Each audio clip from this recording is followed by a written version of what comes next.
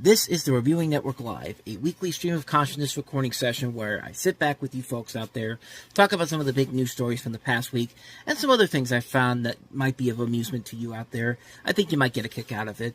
Now, these are more like audio podcasts and are much longer than my usual videos and are also, for the most part, unedited and will contain some foul language. So, if you're easily offended by that, I advise you to maybe step back a bit, maybe go somewhere else. But hey, if you're up to the challenge, sit back, relax, and enjoy the show. Thanks.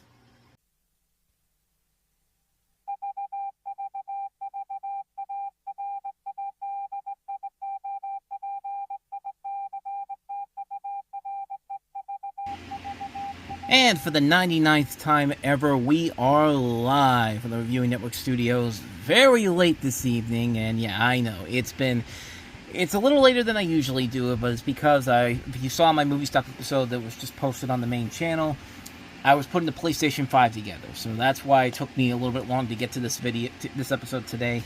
But welcome to another episode of the Reviewing Network Live, the penultimate episode before we reach episode 100 next week. I'm still trying to figure out what I'm going to do here. I think I'm going to try something. I'll talk more about it at the end of the video, but we have a lot of stuff to get to. A lot of big news stories from all across the board when it comes to television, from battles within the corporations, movies getting tickets being put out a year before they're even coming out, a lot of big film announcements from major studios. We've got a whole bunch of stuff here, so I'm already wasting a lot of your time. It's going to take a long time to get through. This is going to be one of the longer episodes I feel like we're going to do here today, so strap yourself in, let's get to it, and start off, of course, with the weekend box office, which was really lackluster compared to last weekend, where we had a great movie coming out, and really has continued to dominate into this weekend, but the new releases this week, not so much. But we'll start with number 5 here. F1 the movie still hanging in there, having its smallest drop to date so far, 26.4% drop off, $9.6 million this weekend, bringing its 4-week total to $153.6 million. Worldwide, it has crossed the $460 million mark. It's one of Apple's few big hits they've had ever since they've made their own movies, so take that for what you will. But that's really nothing, because we've kind of talked about this one already. Let's get to the very interesting stuff here, because we had 2 new releases this week, and needless to say, they didn't do a whole lot compared to some of the other big summer blockbusters this year. And number 4 is definitely one that is going to be certainly debated as one of the worst movies of the year, easily, and that is Smurfs, which brought in $11 million this weekend domestically. Worldwide, it's up to $33.6 million. Now, the good news is, it's a $58 million budget for this movie. So, and this movie will do better overseas. It's one of those. The Smurfs are kind of like Garfield. Like, for some reason, the Garfield movie back in 2004 made a ton of money overseas. It did decent business here in the States, but they weren't even going to do a sequel until they saw the numbers from worldwide, and they said, "Holy crap, these are actually big numbers. Okay, we got to make a sequel." And thus we got Garfield: A Tale of Two Kitties, which bombed here, but did decent business overseas to make it a profitable film. Smurfs has that kind of lasting power, and yeah, the Smurfs will do well overseas, and it'll probably get to that $58 million budget. That still doesn't make it a good movie, and if I'm being honest with you, they really got to stop making these movies, because they've had 5 attempts to make Smurfs movies. This may have been the most pathetic one yet, simply because the fact that what they do in this movie with these characters and just how they make them so goddamn annoying and so make no sense whatsoever. I'm sorry, Rihanna as Smurfette just does not fit at all. And she's the main producer behind this movie, and I've had some people get on me for saying, well, why are you putting the blame on her? It's not like she was... It's because she's the star of the movie. She's the producer of the movie. She's one of the main producers on the film, as well as the soundtrack for the movie. I mean, she has a lot of blame on this one here, and I know people don't want to hear that, but it's the God-honest truth. And sorry, this movie sucked. This movie really, really sucked. It took all the other Smurfs movies, crammed them together into this one story that makes no sense whatsoever, wastes good animation and a really good voice cast in this, and just completely ruins another attempt to try to save the Smurfs in film form. After 5 films, it's time to call it quits. hopefully someone will look at this and say, we can't do this anymore, because every time we do this, it gets worse and worse. I would rather watch the 2011 movie over again than watch this movie. That's how bad it has gotten with these films. Just wow. And the good news, there is good news, though. Elio still made much more money than this film did. It's out of the top 5, unfortunately. It's only brought in $68.9 million so far. And it fell off because, obviously, with the Smurfs coming out. But, hey, it's still doing a lot better than this movie will. And, hey, it's going to cost $129 million. And it's still a movie that I think is going to have legs in the time that it will come after this movie gets out in theaters. It's still in theaters now, so I highly recommend checking that one out, and don't check out the Smurfs. So I had more, but I'm tired of this, so let's go ahead and move on. So number 3 this week, and also the category of sequels that we don't need, and obviously the box office says that we didn't need this. I Know What You Did Last Summer, that legacy sequel that people were just dying for, and no, they were not, because this thing did not do very well. It brought in $13 million this weekend, which, to its credit, the budget was only $18 million, but then again, there's no big stars in this movie. The biggest stars they have are Freddie Prinze Jr., Jennifer Love Hewitt, and Billy Campbell. And then you have cameos by Sarah Michelle Gellar and Brandy Norwood in here, but at the same time, it's not enough to say that this was a smart decision to release this in the summertime. Like, what the hell were they thinking? Who was asking for this movie? Like, I really do feel like this movie only exists so Jennifer Love Hewitt could come out of motherhood and go back in a movie again, because that was what more people were talking about this week with this movie, rather than the movie itself, was the fact that someone on Twitter put out a thing where, they were criticizing Jennifer Love Hewitt because, Fug City. I'm trying to remember. I thought it was Fug City, but let me see if I can find the tweet, because it was just really stupid when you really look at this and look at what the picture they were talking about with Jennifer Love Hewitt. Essentially, they were basically fat-shaming her because, she doesn't look like she does 20 years ago when she was in her 20s. Like, she's 45 years old. She has 3 kids. And the fact that and this picture that they have of her, yeah, she looks like she doesn't look like the same she does before, but at the same time, she still looks hot. She's literally she's the literal definition of a MILF. And for those of you out there that have never seen American Pie and don't know what the word MILF is, it's well, maybe let the movie explain it for you. MILF, the hell is that? MILF. Mom, I'd like to fuck. So yeah, this week had probably the biggest story in a long, long time. A story that you thought that NBC's poor mistreatment of The Tonight Show, when David Letterman wanted it and they gave it to Jay Leno, and then Conan O'Brien got it, and then Jay Leno basically took it back. You thought that would be the absolute worst thing to happen to a late-night talk show. Nothing could ever top that. But then this week, CBS decided to pull this gigantic rug on Stephen Colbert in a way that is just so... It's awe-inspiring what they did here. But if you don't know the story, if you've been living under a rock the last couple of days, The Late Show with Stephen Colbert is ending in May. It says here that The Late Show with Stephen Colbert will end its historic run in May 2026 at the end of the broadcast season, CBS brass said in a statement. We consider Stephen Colbert irreplaceable and will retire the Late Show franchise at that time. We are proud that Stephen called CBS home. He and the broadcast will be remembered in the pantheon of greats that grace late-night television. That was a statement made by George Cheeks, the co-CEO of Paramount Global and President of Chief Executive Officer. And also Amy Reisenbach, President of CBS Entertainment, and David Stapp, President of CBS Studios. Now, if it was just that, then I think we wouldn't be, talking much more about this in general. But if you really dig into what led up to this moment, you know that this isn't something that just happened out of the blue. And let the man tell you himself about how he found out the news. I cried. But before we start the show, I want to let you know something that I found out just last night. Next year will be our last season. The network will be ending The Late Show in May. And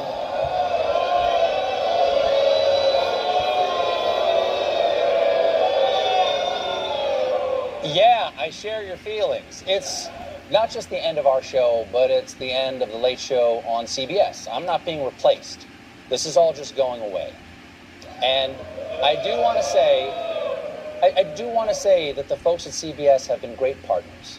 I'm so grateful to the Tiffany Network for giving me this chair and this beautiful theater to call home. And of course, I'm grateful to you, the audience, who have joined us.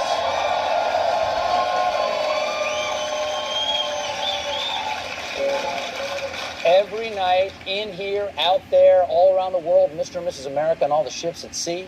I'm grateful to share the stage with this band, these artists over here every night.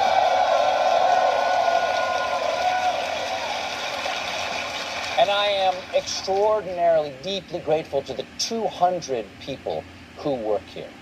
We get to do this show for each other every day, all day. And I've had the pleasure and the responsibility of sharing what we do every day with you in front of this camera for the last 10 years. And let me tell you, it is a fantastic job. I wish somebody else was getting it. And it's a job that I'm looking forward to doing with this usual gang of idiots for another 10 months. Okay, so that's just an audio of it. But if you watch that, because looking at that, you think to yourself, oh, this is just a move on CBS's part because they know that late night television is dying and there's no reason to keep doing this anymore, to keep him on the air anymore. I mean, he really wasn't being that profitable for the network anyway. Like, if you want to go down that route, that would have been fine. But if you watch this and look really closely, you look at this guy as he's saying this, and you look at him, he's just like, this is like he looks like his father just died, his parents just died. Like, this is something that just came out of the blue, and nobody was really expecting this to happen. And yet, it doesn't feel that way. And everyone was looking at this and going like, what the hell is going on here? And the CBS execs basically said, this was purely a financial decision against a challenging backdrop in late night, and is not related in any way to the show's performance, content, or other matters happening at Paramount. Sure it isn't. Let's go ahead and kind of dig into what could have led up to this. The shock move coincides with Colbert's contract coming up at the end of 2026, which again, you can make the argument that was probably what they were doing, with Jon Stewart having signed another deal to remain as one of the hosts of the Daily Show on Paramount's own sister network, Comedy Central, until the end of 2025. Could Colbert take the reins of that other storied late-night franchise? Stranger things have happened. But here's the kicker here. It also comes days after Colbert called Paramount Global's $16 million settlement of Donald Trump's lawsuit a big fat bribe.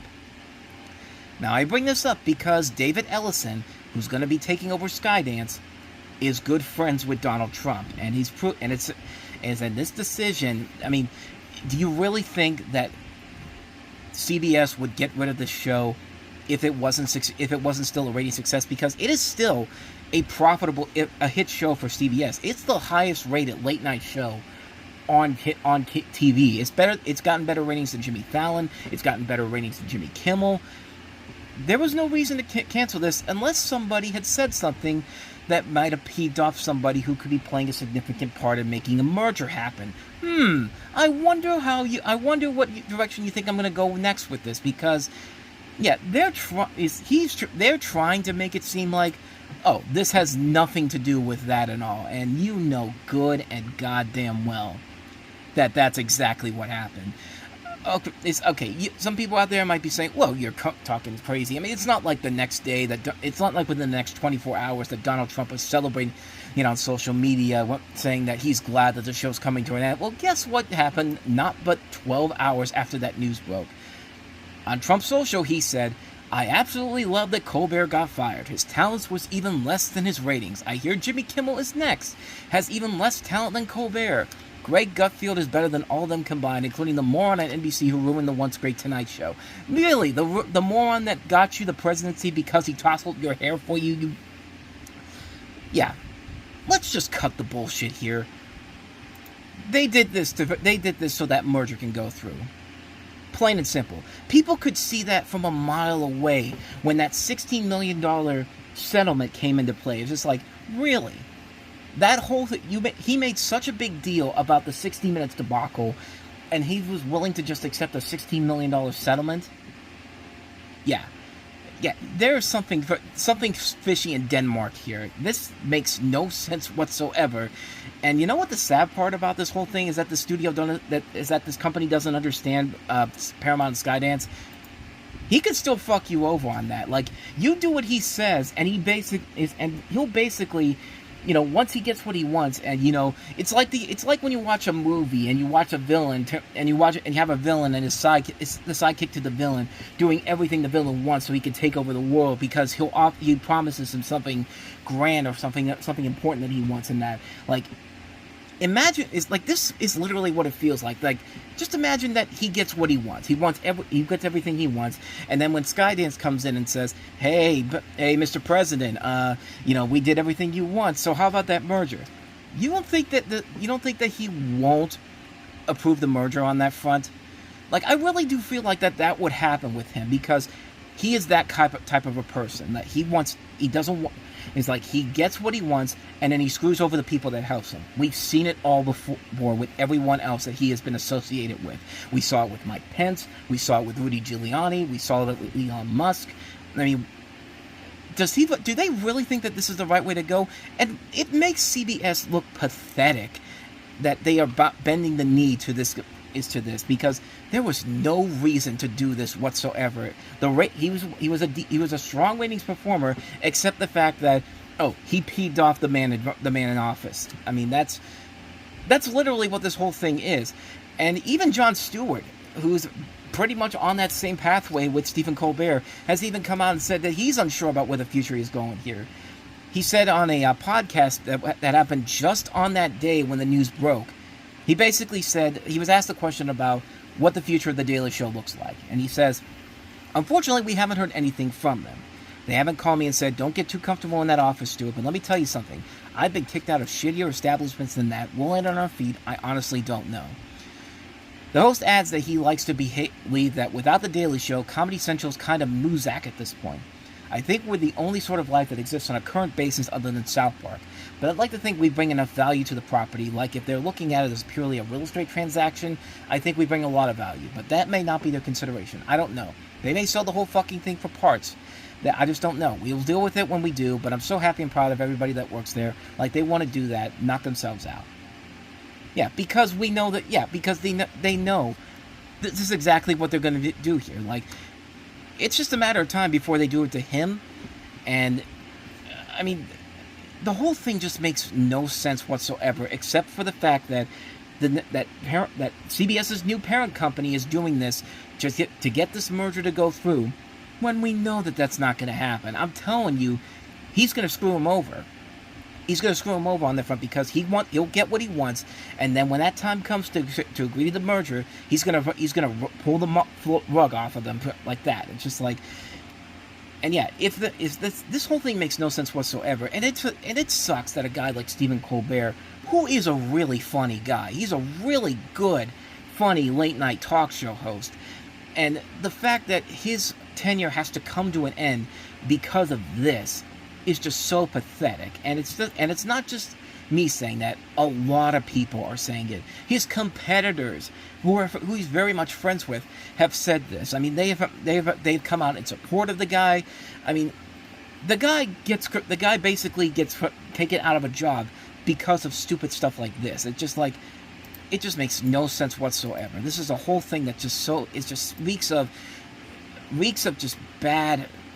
It just reeks of like awful stuff here, and I feel bad for the guy. I really do feel bad for him. No matter how you feel about what he does with the Late Show, you cannot deny that he's getting screwed over more than any other late night host out there.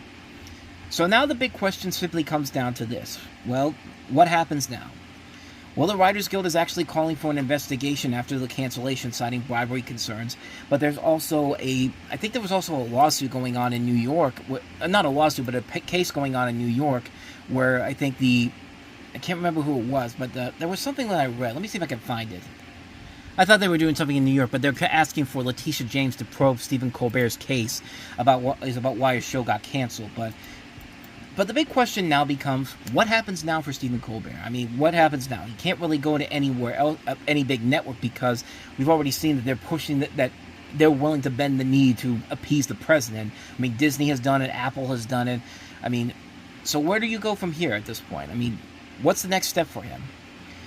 Well, there's certainly some different directions that they can go in. I mean, the Hollywood Reporter had a great article that came out after this all happened, talking about what could be the possibilities here. And so it says here, the easiest option for Colbert would be if another company, perhaps a deep-pocketed streamer, wants to pay him and keep doing something rather similar to what he already doing for a chance to get his 2.4 million viewers a night. The biggest hurdle one imagines is finding a company that's both down for this and doesn't mind potentially irking the Trump administration in the process, especially given that Disney, Apple, and Amazon have seemed inclined to bend the knee, not just CBS Paramount. Another road is if Colbert decides to launch his own talk or internet show, whether a podcast or on YouTube. The average age of Colbert's viewer is 68, which perhaps says more about CBS's audience than it does Colbert. But it's also making it a bit tougher to imagine Colbert hustling viewers to smash that like and subscribe button on YouTube alongside Mr. Beast. Let's see here.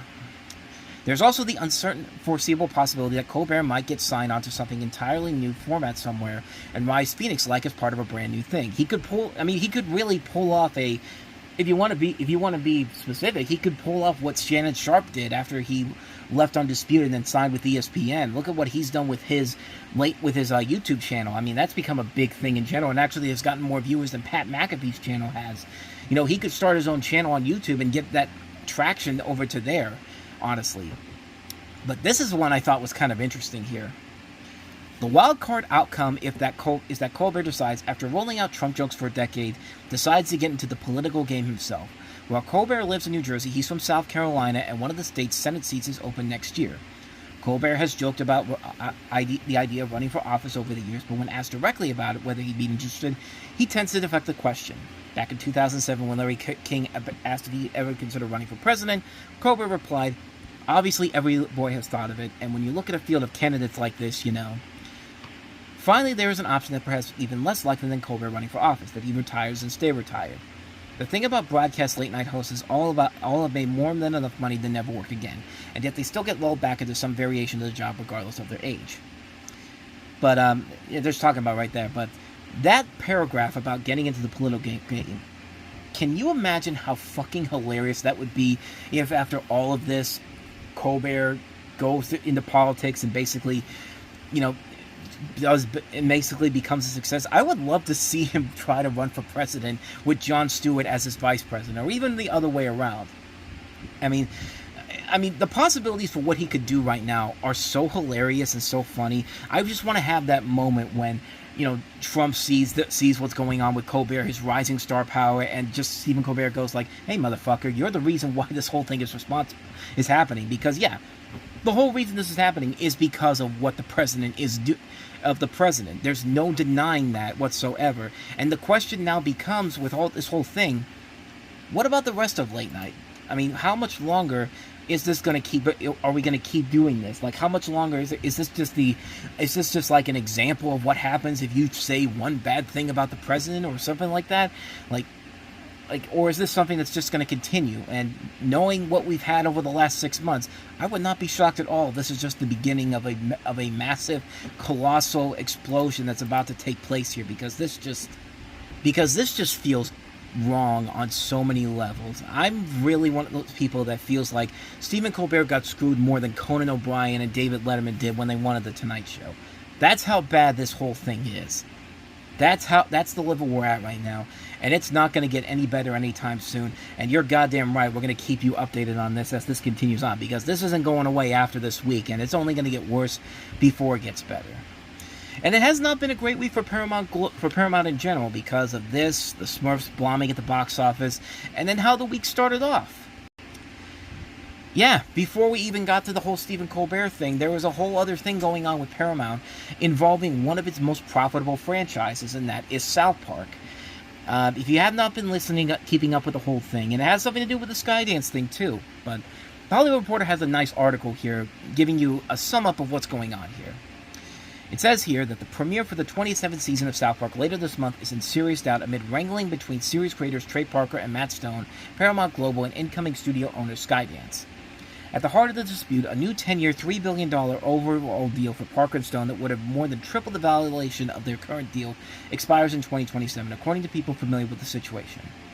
Park County, the South Park pair's entertainment company, believes it struck a basic framework with Paramount Global on an agreement. I think that Paramount pre-acquisition was interested in a broader range of possibilities that would have been approved by Skydance and Redbird. But Skydance, which maintains that it has approval rights on contracts as it pursues regulatory approval of its merger with Paramount, has other plans.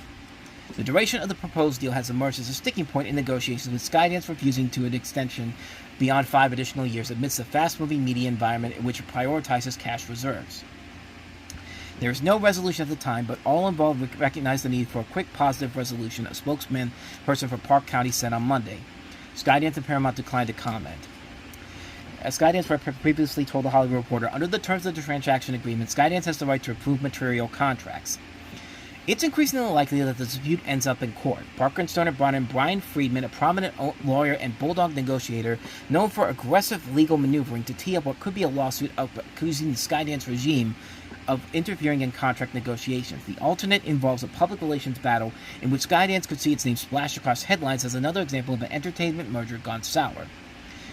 Keep in mind, we were supposed to have the South Park season premiere on the same day we had the It's Always Sunny premiere on July 9th, but that got pushed back to Wednesday, which, as far as we know, is still going to happen. I mean, we don't know for certain if something could happen within the 24 hours before the show airs, because that's what it usually was. If you ever see the South Park documentary they did back in 2011, where they showed you how they make South Park episodes, I think they say they do keep it a day in advance before the show's supposed to premiere, before they decide if they need to make changes or not. So if we hear something on Tuesday night that the South Park premiere just can't be done, I think we're getting into a very ugly battle here, which could lead into something that's even worse than something like what we had recently with Blake Lively and Justin Baldoni, that type of thing. This is even worse than that. I think they hired the same guy who worked on that case too, but the potential delay to the season 27 premiere, which had already been pushed back 2 weeks later than originally planned to July 23rd, has surfaced as the most viable example of the damage caused by the delay to approval of the Paramount-Skydance merger. The relationship between Parker and Stone, among the most sought-after creative duos in Hollywood, and Skydance is in question, as is the future of the show after more than 28 years and 300 episodes. This merger is a shit show, and it's fucking up South Park. We are at the studio working on new episodes, and we hope the fans get to see them somehow. Parker and Stone wrote in a social media post on July 2nd. South Park is owned by Paramount, with streaming rights owed through a joint venture Parker and Stone operate within the company called South Park Digital Studios, which is governed by a 5-member board of members that includes Paramount affiliate Comedy Partners. The series is produced by Park County. Park County has an extraordinarily unusual deal dating back to 2007 that gives the company 50% of streaming revenue through the joint venture. South Park was a juggernaut on linear television on DVD when streaming video was still nascent. Park County began streaming episodes on a dedicated website with advertising support, though later premium subscription services like Netflix, HBO, Max, Amazon Prime Video, and of course Paramount Plus would change how streaming videos were monetized dramatically. Streaming deals for the show expired on June 23rd, forcing an extension of a domestic deal with Warner Bros. Discovery to keep it on HBO Max for now. Last week, Paramount Plus's international license to stream episodes of the long-running animated series expired, which led to the streamer pulling the series from its global service. So yeah, if you wanted to watch this overseas, you're kind of shit out of luck unless you have the DVDs. This is why I always say, this is why physical media will never die. I mean, it'll never go away, because moments like this are why it's good to have physical copies of South Park in general. But at the same time, once again, it's Skydance screwing a long-standing franchise property within their company to appease the president. I mean, South Park has made fun of Donald Trump so many times, and it's unbelievable how we have gotten to this point so far, and it's absolutely ridiculous. This whole thing is getting out of hand, and it's only going to get worse before it gets better. I mean, I honestly don't know if... I would not be shocked at all if Matt and Trey decide, fuck it, we're just going to take it somewhere else. Or hell, they have it's a $3 billion deal they have right now. If they sue and they get a settlement, they could probably run their own company and do whatever they want to. I mean, it's going to hurt Paramount in a big way, whatever happens with the next couple of months, what they're doing right now. And it's just amazing to think that you thought Disney couldn't get any worse during the Bob Chapek era. You thought Warner Brothers couldn't get any bad than the David Zaslav era. Paramount and Skydance aren't even together yet, And this is already a catastrophe waiting to happen right now. This is just getting ridiculous. And again, we'll keep you updated on this because this isn't something that's going away anytime soon. So, and like I said, I feel bad for these guys, the South Park guys, because they are very funny guys. They make great stuff with South Park. I'm really looking forward to see what they do with this new season. Supposedly, they weren't even going to make Trump jokes anymore. I wanted to see what they were going to do with the new season, but who knows if that actually happens this week. But once again, we will definitely keep you up to date on that because that is certainly an interesting story that's probably going to be continuing to be talked about for many, many weeks to come. So stay tuned for that. So with that said, let's go ahead and move on to our next story. So earlier in the week, The Wrap had an interesting article talking about how original animated movies are dead, they're just moving to streaming. And they talk about some of the stuff that's been going on with K-pop, K-pop Demon Hunters on Netflix and then we have Elio that's in theaters and not doing well. We just had the trailer for Fixed come out this week, don't watch that trailer that's on YouTube. Go to the Netflix website, watch the extended trailer there, and you'll see a much better movie than whatever the hell that movie was.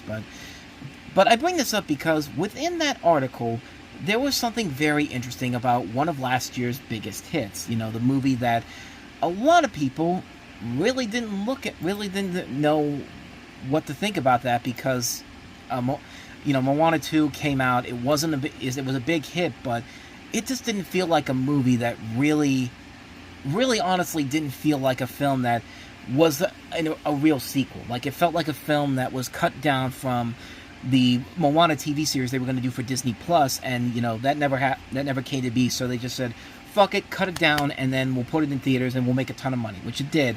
But I bring this up because within the article they talked about something very interesting that happened, and it kind of just sums up everything that I thought about that movie getting made, and how Disney basically just decided to what Disney basically did last year was just, after reading this, I'm flabbergasted by what they did, but let me see if I can find it here. So within this article, they talk about some of the studios and how they're pushing some of their original material to streaming services, but then they get to the Disney portion of the segment here, and this is where it gets really interesting.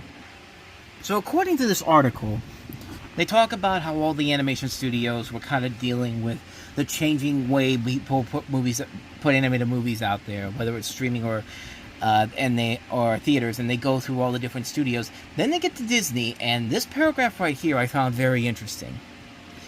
It says, Disney original Strange World in Wish, however, failed to generate interest, and another original, rumored to focus on a Persian princess, was quietly pulled off the schedule for 2024. In its place, the studio hastily reconfigured a Moana streaming series into a feature film sequel. It made over $1 billion at the global box office. So yeah, Moana 2 exists only because they pulled that movie, and what that movie was, just, I stand by what I said, that Moana 2 was one of the worst movies from last year. It was a movie that literally didn't even exist when the year began, because they took a series that they canceled, chopped it up, took 6 episodes and converted it down into one movie, and people were suckered into it because they thought it's the official Moana 2. No, it's not. No, it really was not. Like, when people went to go see that movie, and I went to go see that movie, I was expecting much more. At least me, I was expecting much more than what we got with it. And the fact that they pulled an original film because of that makes me hate this movie even more than I hated it back when I did the worst of list. I mean, I already hated it before then, but I despise it now because of how bad this movie is. The fact that the people who made the movie songs were so hell-bent on telling people, your kids are going to remember these songs forever, and yet not one song in that movie is goddamn memorable by any means necessary. Like, I mean, the arrogance and the nerve of some of the people who made that movie, and this makes it even worse than I could have ever imagined. Like, that's how bad that movie was. That they put that together, and they suckered people into it, and they bought into it. And it's just, I mean, it's unbelievable. It is unfreaking believable how low they went with that. Just, All I hope is that Zootopia 2 doesn't go down that same route, which I would like to believe isn't going to do that. I think they took their time with it. I think they aren't going to sugarcoat it around. Zootopia was one of the big hits from 10 years ago, and I think it's going to do well enough to merit a box office is a big box office in general. But I'm hoping that the movie doesn't pull the same thing that Moana 2 did, because like I said, that Moana 2 was basically just a chopped down version of the Moana TV series. But this Zootopia 2 looks like a movie that actually is a legitimate film. So one can hope that they're going in the right direction with it. I can't wait to see it, but when I saw that, man, I just got really peeved off, and it made me hate Moana 2 even more than I already did. And I hated that movie, but yeah, no excuse for that whatsoever. So I just wanted to bring that up because I found that very interesting in that article. I'll put a link to below to you can find that article for yourself, because on the Wrap, it's one of those things where it's behind a paywall, but somebody put it on another website. So I'll go ahead and put the link down there once I get editing this video together. So with that said, let's move on to the next story. So this was kind of interesting that happened. Universal decided to do something very interesting, them and IMAX, because for those of you that don't know, Christopher Nolan has a new film coming out next summer, and if you saw Jurassic World Rebirth and Superman, you probably saw the trailer for it, and that's the only place you can see the trailer for it because they've yet to put it online. And so it's Christopher Nolan's new film, The Odyssey, and it doesn't come out till next year. But they decided to do something very interesting with this movie.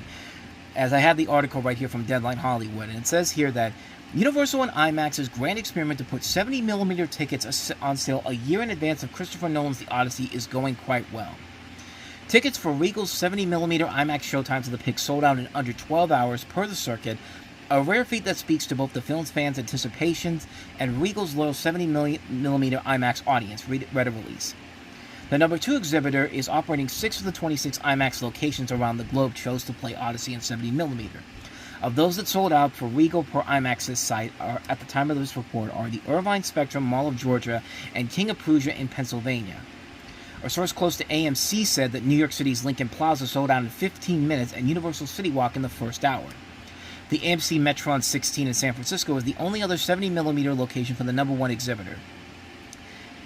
And the whole thing is very interesting simply because of the fact that Universal had this bold idea to put these tickets out there a year before the movie comes out. And it proved to be very successful. In fact, let me just go ahead and see if there's still tickets available for this. I don't think there is, but I'm looking on their website right now, and there's still a couple here. I'll give you a rundown of the list here. If you go to their IMAX website, it's right there, but it says, update, more locations and showtimes for the Odyssey tickets and IMAX 70mm will go on sale in the future. Sign up below to be notified. So the ones that are still available, there's still some available in Dublin, California at the Regal Hacienda Crossings, Sacramento, California, Esquire IMAX, San Francisco, California at the AMC Metron 16, Tennessee, Nashville, Tennessee, Regal Opry Mills, still a couple in Canada, Calgary, Edmonton, Regina, Saskatchewan, Vancouver. Australia still has some available, Melbourne, so if you want to travel out there, I mean, you might as well. I mean, you got a year to pay for the tickets. The Czech Republic has tickets available in Prague. So yeah, they're making a big deal out of this, and really you can't blame them because this is Christopher Nolan's follow-up after winning the Oscar for Oppenheimer, and the trailer looked pretty good when I saw it in theaters, and yeah, it looks like a film that is more than worth seeing on a big IMAX screen. When the tickets came out, I was ready to go get them, but unfortunately they had just the listings of specific IMAX theaters, and sadly there wasn't anyone's nearby me. And don't worry, folks, if you don't get them, I'm sure you'll be able to find them online because yeah, scalpers are picking those tickets up like haywire. As I found this interesting article on Variety talking about how some people, but you know, the whole thing is that let me see if I can find where it specifically says this, But the article, here it is. But new methods come with new consequences. By opening IMAX 70mm showtimes up a year out, Universal fostered a secondary market of ticket scalpers looking to cash in on the limited supply of opening weekend showtimes. eBay auctions for the Odyssey admissions were posted within hours of initial sales opening, with some prices going upwards of $200. One ticket for a Sunday evening Cinemark screening in Dallas is going for 400% face value, which will score the buyer a less than optimal neck craning seat in the left of the second row. A package of 4 Saturday tickets for AMC Lincoln Square in New York City has started bidding at $1,000. So yeah, you could make money off of this right now. In fact, I'm curious. I'm going to go to my eBay thing and see if I can find these tickets right now. I mean, they could be up there. I mean, but it's just fascinating to see this happen here. Let me see if I can see. Yeah, they're definitely there, and I'm looking at some right now.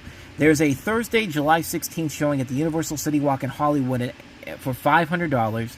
There's one at the Lincoln Square in New York City for $549. $200, $399, $199, $200, $200, $180. Try to see if there's any. Well, it looks like there's only about 9 of them, and the biggest one was $550 at the AMC Lincoln Square 13. So yeah, and that's a Sunday showing at 7 p.m. So yeah, if you want to get to this smells like a golden opportunity to do something like this, but. Yeah, it's a very interesting situation we've got here. I'm actually kind of thinking about doing this per se, seeing what happens here, but I don't know. I don't know if that's how to transfer the tickets over. But then again, you probably print them out and then just send them over to. You could probably just print them out, put them in the envelope, and send them to the post office, or I don't know. But I don't know. This might be something I might get in on here, but. Maybe not, but I find it very interesting that we've reached this point that this movie is doing this, and people are scalping it like it's a Taylor Swift concert. Like seriously, this is what people do at concerts with Taylor Swift and Sabrina Carpenter. They buy the tickets, scalp them online, and make over 100 times more than what they paid for them, which I think is very interesting. I think it's interesting that they're doing it for just this one movie to be opening in IMAX theaters. Like I think that's really impressive. But once again. It's the power of Christopher Nolan for you. People will go out to see his movies, and he's built up this repertoire of making these big, epic movies that deserve to be seen on the biggest screen possible. And that's kind of clever on that guy's part. I mean, this is a smart move by Universal. It's paying dividends for them before the movie even comes out.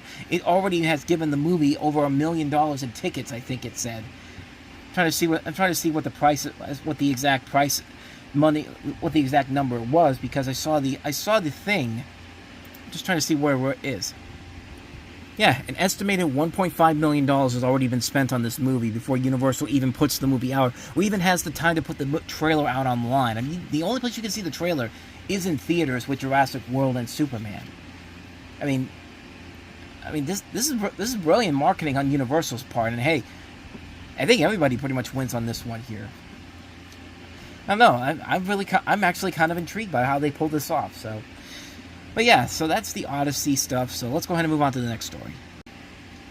Here's a story that may get some people excited and make some others really horrified by what could come next. Taika Waititi has found his next project, and he's bringing it around Hollywood, and that is the new Judge Dredd movie, which seems really, really odd when you think about it, but. These two names have studio heads and executives sitting up this week as one of the hottest packages of the year hitting the Hollywood market.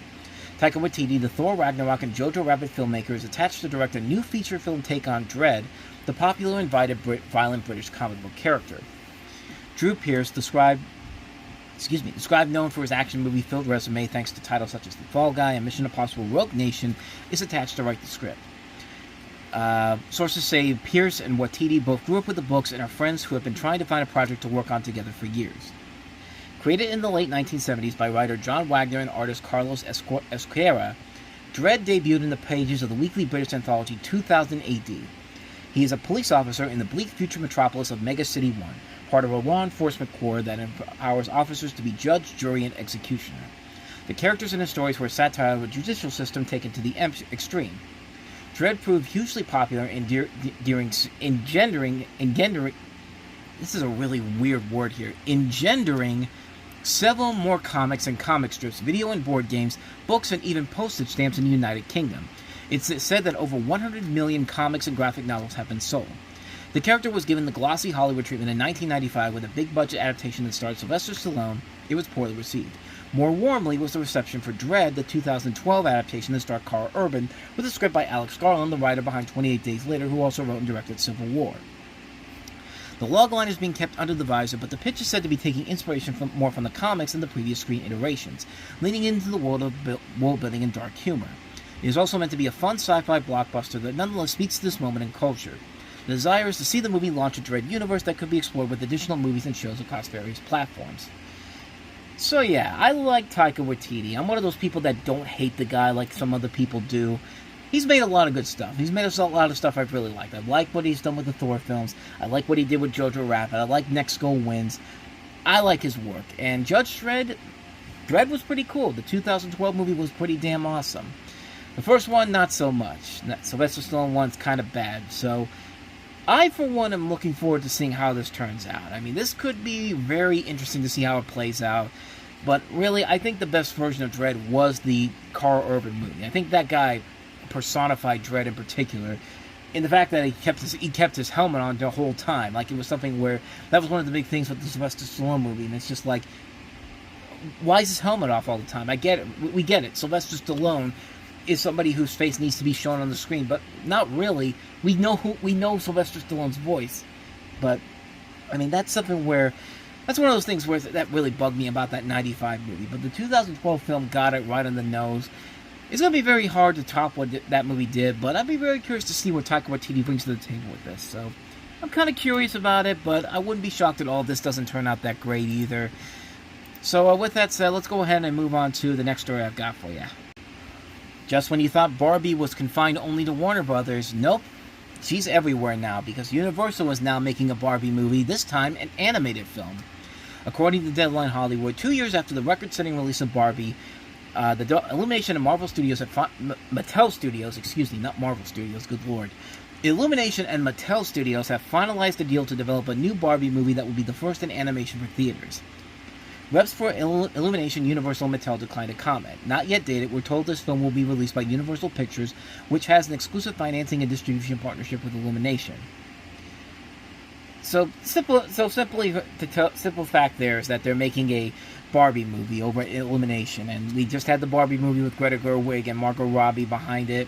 That was a big hit. And Mattel's continuing to build their film franchises in general, because this is not the first project they're working on. Probably wasn't the last one either, because they have the Masters of the Universe movie coming out next year. They're working on a live-action Matchbox movie for Apple. John Chu was just hired to direct the Hot Wheels movie at Warner Brothers. There's even a lot of other movie adaptations in the works, like Whack-A-Mole, Viewmaster, American Girl, Bob the Builder, Magic 8 Ball, Major Matt Mason, Polly Pocket, Rock-Up Sock 'Em Robots, Thomas and Friends, Uno, Wishbone. So yeah, Mattel is digging through their entire toy library to make movies off of them. After what they saw with Barbie, they think they're going to try to find the next big one, which I don't think they're going to do that, but it'll be very curious to see what Barbie and Illumination is like with Barbie in general. Very curious to see how that will go. But that is not the only girl toy line that is getting a movie treatment that was announced this week. As it was also revealed this week that My Little Pony is getting a big screen adaptation in a live-action feature. According to this article here, Amazon, MGM Studios, and Hasbro Entertainment are working on the movie. This will be the first live-action property for the 43-year-old property, which has captivated several generations with its rainbow-hued animals with colorful neon names and tails. The project is still in development with no creative team in place yet. While the toys originally appealed mostly to girls, the 2010 series Friendship is Magic lured a new type of fans, teenage and adult men who dubbed themselves bronies and used their fandom to challenge conventional gender stereotypes. My Little Pony toys have been sold in more than 1,000 varieties. According to Hasbro, My Little Pony was recently inducted into the National Toy Hall of Fame. Hasbro's strategy to produce film and TV series based on its familiar brands include reimagining Clue on film and television with Sony and TriStar and Sony Pictures Television, the live-action Dungeons & Dragons series Forgotten Realms in development at Netflix, the animated Magic the Gathering series in production at Netflix, the live-action film and television Magic the Gathering universe within Legendary Entertainment, and game shows based on Trivial Pursuit and Scrabble, which premiered on the CW. So, going back to Friendship is Magic, it was one of those shows that I watched it back when it was on, mostly because it was made by the same people that made the Powerpuff Girls. Lauren Faust was the main developer on it.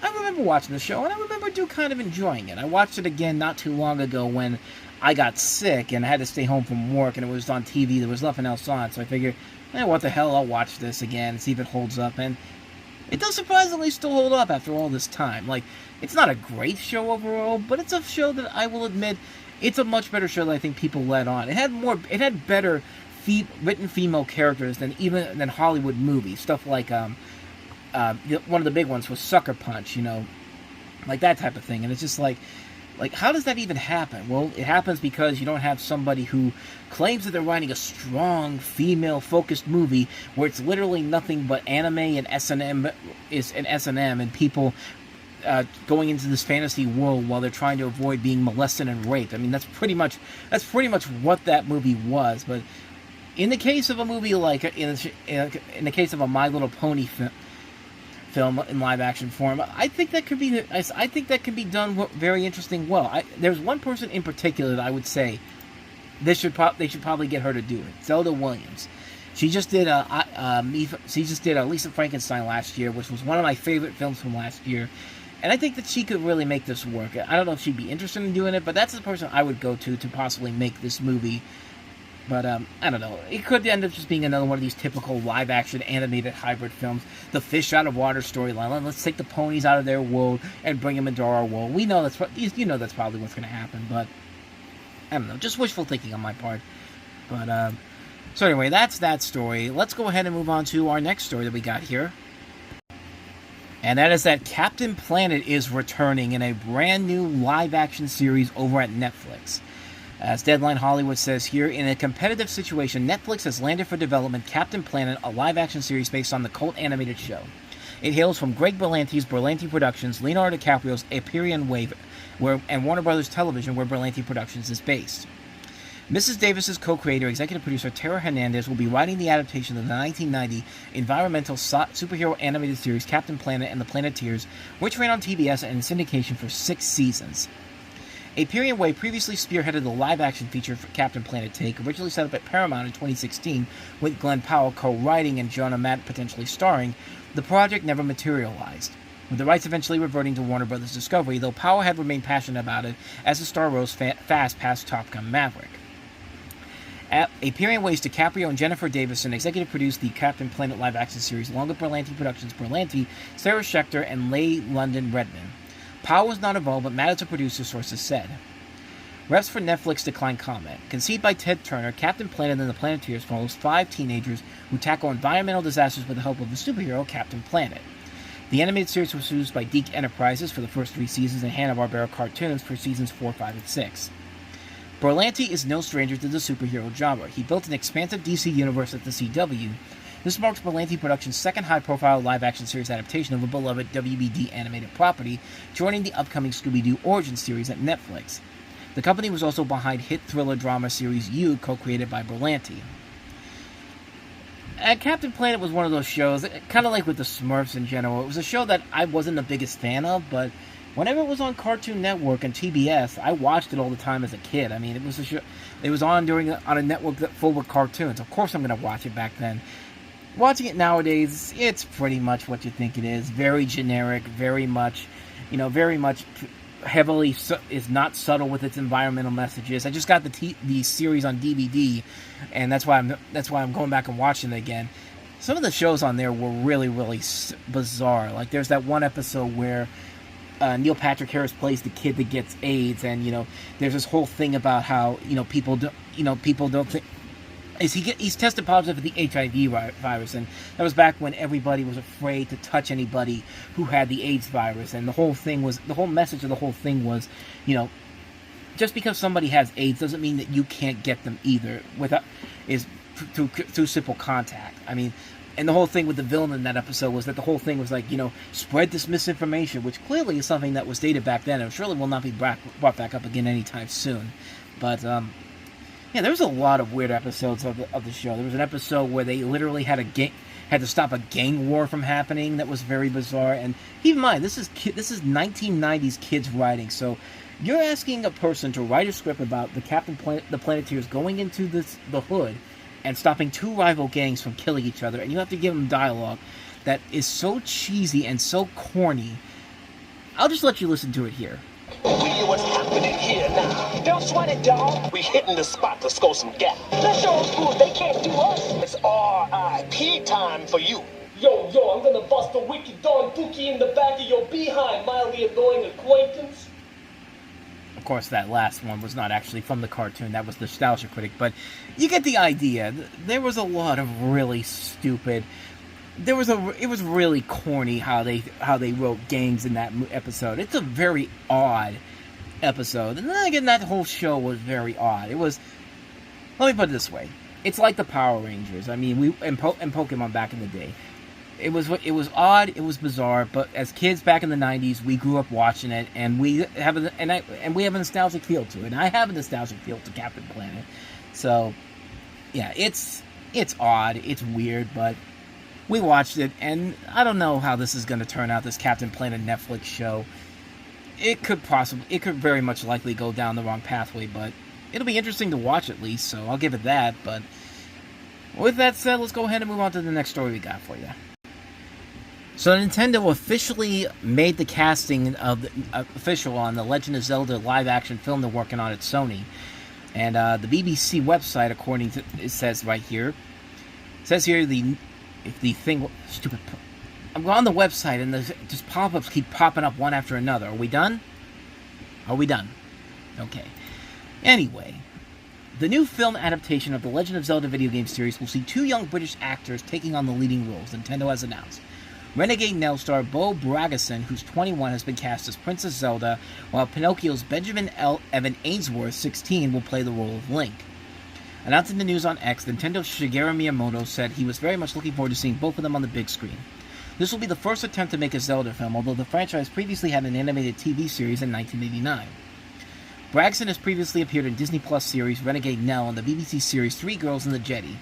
She's also appeared in horror films such as Censor and The Radleys. Ainsley's screen credits include the 2012 live-action remake of Pinocchio starring Tom Hanks, as well as The Haunting of Bly Manor, Everything's Gonna Be Great, and All Fun and Games opposite Sex Ed's Asa Butterfield. The Legend of Zelda movie is scheduled to release in May 2027. It will be directed by Wes Ball, best known for The Kingdom of the Planet of the Apes and The Maze Runner. So there you go. That's pretty much all the information that you have there, and I mean, I don't know too much about these actors in general, but the director I know very much about, and I think he's a pretty solid director overall. Made a lot of good stuff with The Maze Runner, and especially Kingdom of the Planet of the Apes, so I think they're definitely on the right path with this movie. I think it actually turned out to be pretty good, so I'm very curious to see how that transpires on the big screen. It'll be something interesting very much to see. So with that said, let's go ahead and move on to the last story I got for you this week. And that is that we are getting a reboot of arguably the most successful erotic thriller of all time, and that is Basic Instinct, and more importantly, they're bringing back Joe Eszterhas to pen the screenplay for it. This is from Deadline Hollywood, and it says, Amazon MGM Studios, United Artists, and Scott Stuber have acquired the rights to one of the most iconic 90s erotic thrillers. Basic Instinct writer Joe Eszterhas is returning to pen a not-yet-titled reboot of the Paul Verhoeven-helmed box office hit, which starred Michael Douglas as Detective Nick Curran and Sharon Stone as his case's seductive crime suspect Catherine Tremell, a manipulative crime novelist. To those who question what an 80-year-old man is doing writing a sexy erotic thriller, the rumors of my cinematic impotence are exaggerated and ageist, said Eszterhas in a statement. I call my writing partner the twisted little man, and he lives somewhere deep inside of me. He was born 29 and will die 29 as he tells me he is sky high up to write this piece and provide viewers with a wild and orgasmic ride. That makes me very happy. Well, I'm glad it makes you happy, Joe, because it makes a lot of others very horrified by what you just said. Producers include U.A. Stubers and Nick Nesbitt, with Walt Entertainment's Craig Baumgartner and Adam Griffin producing via the banner. Grossing nearly $353 million worldwide, Basic Instinct received mixed reviews at the time, but ultimately became an influential piece of work in the erotic thriller genre, infamous for its not safe for work interrogation scene featuring Stone. In 2006, Stone returned for a critically reviled sequel directed by Michael Caton-Jones. Eszterhas is a Hungarian-American journalist turned screenwriter whose hit titles include Flashdance, Jagged Edge, Basic Instinct, and Showgirls, becoming known for his provocative style of screenwriting that explores themes of sexuality, power, and moral ambiguity. Eszterhas opened up about his time in the film industry in his acclaimed novel Hollywood Animal in 2004. So, in a way, this is very complicated stuff here, because I think Basic Instinct is a film that possibly could work in a new generation. I mean, there's a possibility that it could work for a new generation. I could see Glenn Powell possibly in a younger version role of Michael Douglas's character, and maybe I don't want to say maybe Sydney Sweeney in a younger version of the Sharon Stone role, but that's the only person I can think of. Or if you really want to go young, go with somebody like Sabrina Carpenter or something like that. But here's the thing, though. It's being written by Joe Eszterhas.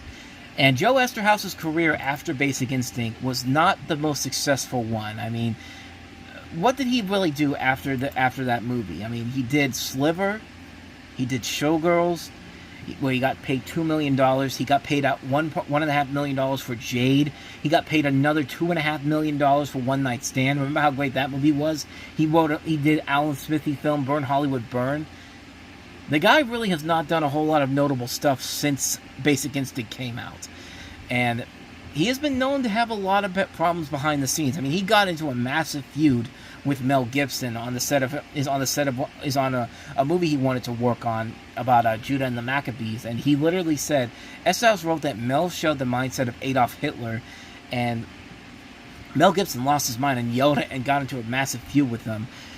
And like there was Eszterhas claimed that the film didn't go through because there was a lot of violent outbursts from Gibson, and it was anti-Semitism, which really would not be that much of a shocker when you think of Mel Gibson, but I really don't know if this is going to turn out to be any good. I feel like this is a film that really is one that probably should have just stayed as the product of the time, because when you really look at it, the whole thing about the erotic thriller was that there are very rarely a lot of good NC erotic thrillers after Basic Instinct. Basic Instinct was probably the best one of the bunch, with probably the next one being, I don't even know if you want to consider this an erotic thriller, but Indecent Proposal, or even Unfaithful, the one with Diane Lane. Which one was that? Was it Unfaithful? Yeah, it was Unfaithful, the one with Adrian Lynn, who did Fatal Attraction. Like, that's probably the best one of the erotic thrillers since Basic Instinct, but honestly, there's really no reason to remake this now, especially for a new generation. I really don't know if this is going to turn out to be any good or not, but chances are it probably won't, so I don't know. I'll check it out when it comes out, because I do love the original Basic Instinct. Basic Instinct 2, not so much. And sure enough, the last couple of times I've been to Barnes & Noble, that Blu-ray has not left that place there, so nobody is buying that movie. And if you don't know what I'm talking about, go look at my reviews for Basic Instinct 2 and look at some of my other videos. I bring it up all the time there on the main channel. So, with all that said, let's go ahead and move on to the recommendations for the week. And there's only one big new recommendation for this week. And that is, of course, Final Destination Bloodlines. That's my big recommendation for the week, the big new release. Surprisingly, a really good movie. High up there with the best of the Final Destination movies. Probably the best one since the first film. I mean, that's how good that movie was. They brought people in. The last thing these two guys directed was Kim Possible, the terrible live-action Disney Channel movie. To go from that to do Final Destination Bloodlines and turn out the great movie that it was, having this whole new dynamic being brought in with this family being cursed with this thing that happened with their grandmother, who basically should not have lived. I mean, that's a really good, really fun concept that they play very well with. They don't steer away from what makes Final Destination so special, and they give Tony Todd a good send-off too in his last performance as Bloodworth. Excuse me, but other than that, though, that's the big recommendation I have this week for you. And with all that said, we're going to wrap this episode of the Reviewing Network Live up. It was a pretty stacked episode, to say the least, but hey, next week is our 100th episode, and I'm gonna try to do this. I'm gonna try to do a live on YouTube episode, and it probably won't be here on this channel. It'll probably be on the main YouTube channel, so I can get some more traction there, and hopefully get it over to the site here. But next week, the Reviewing Network Live will be on the main Reviewing Network YouTube channel, so definitely be on the lookout for that. It may be a live episode. I'm going to try to experiment with the YouTube Live feature here, see how that plays out here. If it doesn't work out beforehand, it'll just be a regular episode, but it will be on the YouTube channel, the Reviewing Network Live YouTube channel next week, so be on the lookout for that. But with all that said, thank you so much for watching this, and I hope you enjoyed it. If you did, hit the like button, subscribe button, notification button, check out the last episode we did, check out our playlist as well, and I'll see you guys next week for the 100th episode. So thanks for watching. I'll see you next time. Until then, we are out.